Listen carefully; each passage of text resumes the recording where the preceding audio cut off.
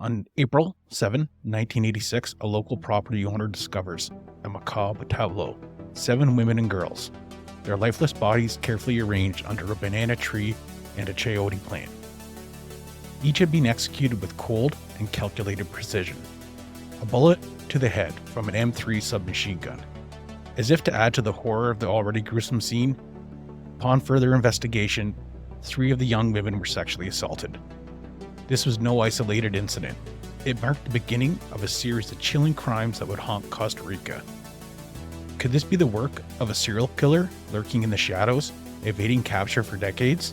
Welcome to the enigmatic and bone-chilling tale of the Alajuelita Massacre and the Costa Rican Psychopath. Stay tuned to find out the rest of this story.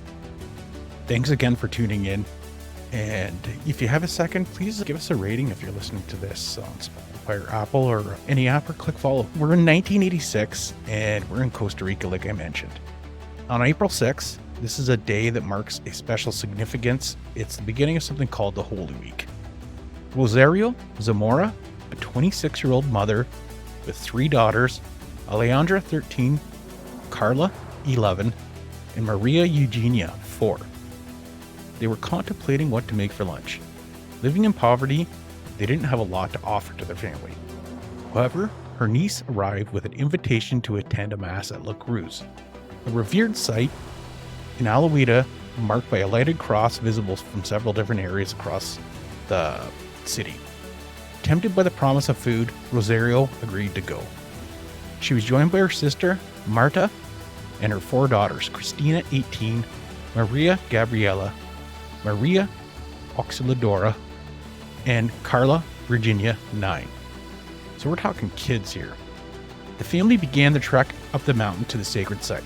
Due to her ill-suited shoes, her niece, Cristina, stayed behind. The rest of the family continues their journey, and unfortunately, they would never be seen again. On April 7th, just days after Rosario and her family had set out on their ill-fated journey, the atmosphere of Alajuelita was tense. Where were these people? They had gone missing, they hadn't returned from their walk, and everybody was concerned. It was around this same time that a owner of the property near the mountain trail decided to investigate. What he discovered sent shockwaves throughout the country. During that afternoon, the whole family is found deceased, massacred under a banana tree. 5 females completely wiped out, meticulously lined up on display. Only a short distance away, the other 2 remaining bodies are found. The positioning of the body suggested a level of calculation and deliberation on the part of the killer. The victims had all been shot in the head, execution style. An M3 submachine gun was used. This particular choice of weapon indicated that the killer was somebody experienced with firearms, or maybe possibly had some military or paramilitary training. Not necessarily, but that type of gun is typically issued as part of police or military stuff. There was no chance of survival for any of the victims. They were instantly killed. As I mentioned earlier, there is an added layer of gruesomeness to the story in that the 3 youngest girls had been sexually assaulted before being killed. This act of violation indicated that the killer not only sought to end their lives, but also to degrade and humiliate each one of them. Seeing that kind of puts the idea out of your head that this might have been committed by somebody. Maybe they just happened to be a witness to something bad, but this was the work of a true psychopath. So the discovery of the body set off a massive police investigation. The area is cordoned off, forensic experts are called in to collect evidence, and despite the brutality of the crime, the killer didn't leave behind a lot of clues. This made the task of identifying who this person was pretty much impossible at the time, especially in the 80s. The news of the discovery of the body spread like wildfire, plunging the community into a state of shock and grief. Vigils were held, and the local church was filled with mourners seeking answers and solace. The massacre became a dark milestone in Costa Rica's history, forever altering the sense of safety and community in Alajuelita. So, for people that don't know, Costa Rica is a pretty safe country generally. They pride themselves of being military-free, environmentally friendly, and all this stuff. So I think this is definitely shocking. And it surprises me that a whole family could just be wiped out like that. So in regards to who these people were, they didn't appear to be anybody that was necessarily connected to some type of crime or maybe involved in some kind of political issues. They were simply daughters of local farmers. They were families who were struggling to make ends meet in San Jose. So before we get deep into the investigation, I'll explain the geography a little bit. So Alajuelita is kind of like a suburb of San Jose City.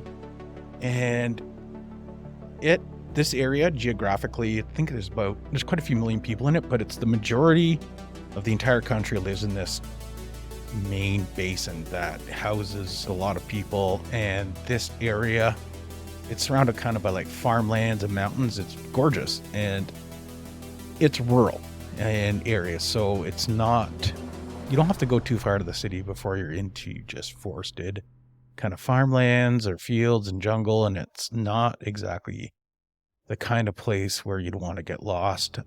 So the Alajuelita Massacre took place in a kind of semi-rural area on the outskirts of San Jose, which is Costa Rica's capital and largest city. It's the kind of most densely populated area in the country. And Alajuela is a province, and Alajuelita is just like this suburb area. I hope I got that right.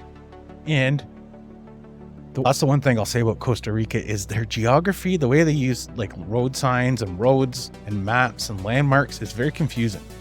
So it's not as easy as you think to put together a location description. This area is crisscrossed by a network of dirt roads and trails that are used by farmers and hikers alike. These paths served as both entry and exit routes in this case, where the killer operated. The terrain is uneven and with rolling hills, and it offers vantage points. So this person could have been waiting and hiding for somebody or any random victim to come along that trail.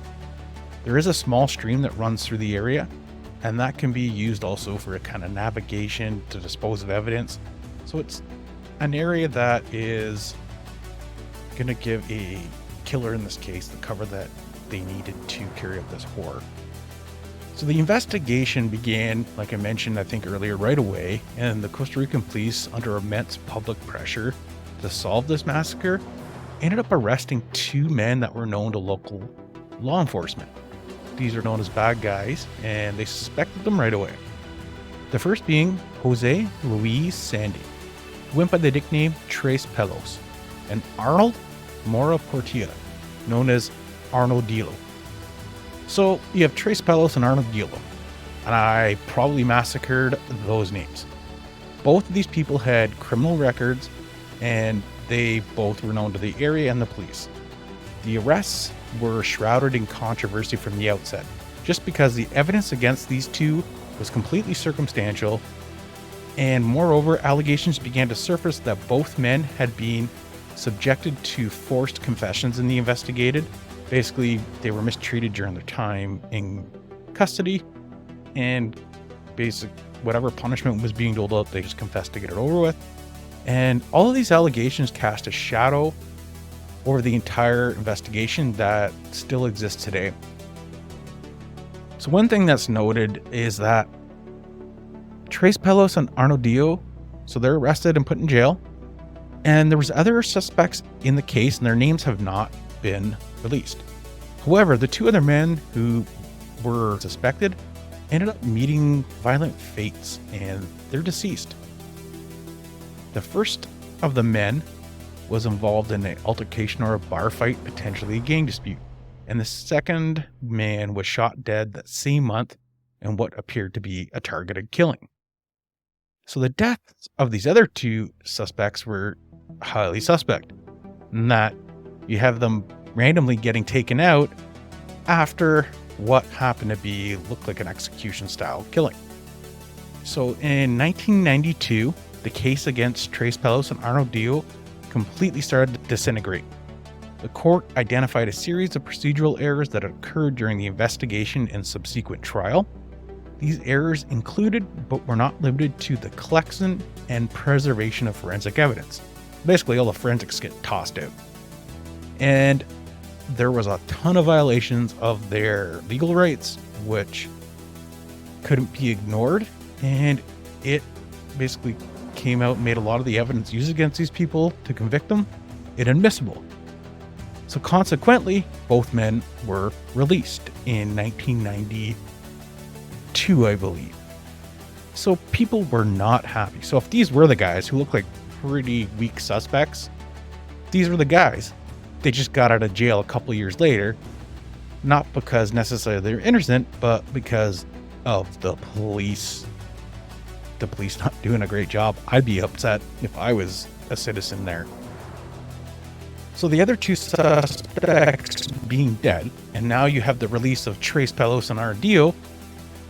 It is terrifying. Like, we don't know at this stage who had committed the crimes, the people didn't know, and people were not happy. There were accusations of police incompetence, corruption, and so this case became a kind of fighting point for the Costa Rican justice system to have it reformed, because this thing eroded people's confidence severely in what the system was. And so things start to get even a little bit weirder when you start looking at other crimes that were occurring in Costa Rica at the time, and also continued to occur after these people were either in jail or dead, that point to the fact that none of these guys are the killer, and whoever it was continued operating in Costa Rica and may be responsible for up to 19 different crimes. So the massacre of those victims was just what brought this to light. And of those 19 crimes, none have been proven for sure, and a lot of them are just listed still as unsolved. In particular, the reason there's 19 crimes identified is that they similarly have a M3 submachine gun used as the weapon of crime, and the victim profiles consisting of mainly young women and girls. So like a lot of serial killers, there's a pattern. And in this case, we had the Holiday, the first one, where the women were discovered under the banana tree, and that continued that pattern where he's committing these crimes on weekends or holidays.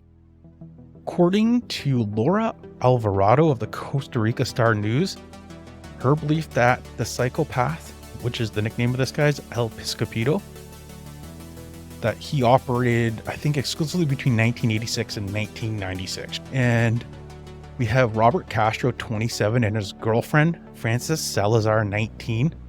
So they're killed in Parque de Amistad in Curitiba.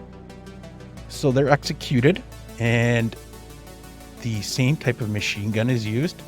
You also have Juan Guillermo, 23, and his girlfriend Damaris Rodriguez, 21, and they're literally killed at the same location as the victims that we just mentioned. So this is just feels so much like serial killer vibes. You have another 18-year-old killed with his girlfriend, who is 15, in 1988. You have Marta Miriam Navarro and Edwin Mata killed in San Diego, Tres Rios in 1989. And at the same spot, Marjorie Padilla killed in 1995. You have, with the same, again, gun, another two people killed, 25 and 23 in Tara. So a few of the things tying these victims together, and just note this is done after the fact by people, as the investigation continued to grow after the discovery of the 7 young women, that there could be 19 victims, primarily between the ages of 20 and 35. Many are employed in service industries such as hospitality, and the murders taking place from 1986 to 1996, and the frequency of them started to increase towards the end. The crimes occurred within a relatively small geographical area, and it was also the same gun was used in just about every crime. In some of the cases, the victims were abducted late at night after returning from work, and their homes showed signs of forced entry, but nothing was ever stolen. The victims later being found in secluded areas, and autopsies revealed similar means of death. Okay, so you have the 19 victims, and you have a lot of cases where the same gun is used, and the 45 caliber M3 is the weapon of choice. And then you do have some where they were actually strangled. But all these murders that are linked seem to be young people or couples, heterosexual, that are in this area. There was a gun that was found on the outskirts of that neighborhood that was buried. However, the ballistics did not match. I think Son of Sam, and there was the Zodiac guy. There's this thing about targeting couples too, so it seems like he fit that same type of profile. I wonder if this guy was deranged like those people in this case. Maybe he was being told you have a holiday around then. Maybe he's one of those people that thinks he's doing God's work. One of the most talked about theories is this thing called the Rambo Theory. And it's a theory that posits that the perpetrator is a former military or police official with a deep understanding of firearms and kind of tactical maneuvers or positioning. As a person that's very familiar with firearms, it's very to do these types of executions or killings. In each case, you have multiple victims, and it's carried out in a way that's very clean. It suggests that he was very familiar with his equipment and kind of what to do, especially when he's outnumbered in most of these cases that we know of. Additionally, the calculated manner in which the victims were positioned post-mortem indicates a methodical, disciplined mind. Traits often found in somebody with potentially military background. So with each of them kind of being positioned upright in that position, and those clean headshots, it reeks of somebody that was operating very robot-like. And it makes you wonder if somebody had a psychological break. Was there like a real strong vendetta here against, maybe it's caused by something like schizophrenia? And then the last one being is it multiple outside? One theory that is around on the internet is that the killer is the son of a wealthy politician, possibly using his familial influence to evade capture. This theory often circulates in tandem with rumors that corruption within the Costa Rican justice system is rampant, implying that the killer's political connections were able to play a role. Would suggest that, the political system, the courts, everything is just completely corrupt. I tend to believe that most conspiracies can be explained away with incompetence, so I didn't see anything that made me think that there's some kind of affluent young Chad out there murdering people. So some people have tried to put together the psychological profile, and it comes up with, like I mentioned, somebody that's robotic, psychopath. They have a lack of empathy, a need for control. They carry things out in a very matter-of-fact way. Some type of severe personality disorder is likely. Despite all the theories, though, nothing came close to bringing any kind of concrete answers. Like, not even close. The only people that were arrested, it seems like it probably wasn't them. That being said, you never know. Weirder things have happened. And one thing I can say, though, is that it hasn't been forgotten. It's not in Latin America, and that part doesn't seem, it's hard to access information, even on the internet. Being in Canada here, it's not as well documented as you will go on to see a lot of the cases here in the northern part of the continent. It is definitely still being investigated. The police have not forgot about it, and the people of Costa Rica have not forgot about it. So the police had one suspect that did come up. There was a man from Nicaragua, and he became another focal point in the investigation at one point in time, again based on circumstantial evidence, behavioral patterns. However, the involvement again could not be confirmed or crossed off. This Nicaraguan suspect thing that I mentioned is actually pretty interesting, just because the suspect came under scrutiny for several reasons that led the Costa Rican police to consider him. And this man was a former member of the guerrilla faction in Nicaragua and later worked for the Metropolitan Police in San Jose, Costa Rica. He also had experience as a bodyguard for businessmen. So this led them to think, okay, maybe this is a legit suspect. This suspect matches the description who happened to be given by a woman who survived one of the psychopath's attacks. A knife found in the suspect's home was similar to one used to inflict wounds in the genital area of some of the female victims.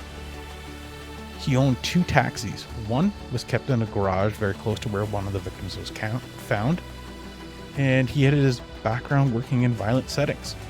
However, the police were thinking like, this guy is a good suspect. He was later found dead in 1998 at the Brolio Carrillo National Park along with 2 dead bodies. All 3 were Nicaraguans and victims of another serial killer called Matanicas, Nicaraguan killer. This complicated the investigation further, leaving authorities and the public to wonder if the psychopath had been found and killed or if he was still at large. Whether or not the Nicaraguan man was the psychopath remains another unanswered question in this. One thing that's interesting is that after he was killed is around the time when the last crimes are getting attributed to the psychopath. So it's, I don't know, maybe it's some weird like serial killer vengeance thing that happened. But one thing that is possible that I hope isn't the case, but that they're still alive and they're out there today. They'd likely be into their 60s and showing signs of age, graying hair, wrinkles. Might have a family. Look at the Gilgo Beach serial killer that was just captured. They could be somebody that's working in your town or somebody that just seems maybe a little bit too methodical or calculated. All these weird deaths surrounding this case. Like, you have 3 people that were suspected in this case that wound up dead during the investigation. That's so weird. And yeah, could there be a killer in their own police department?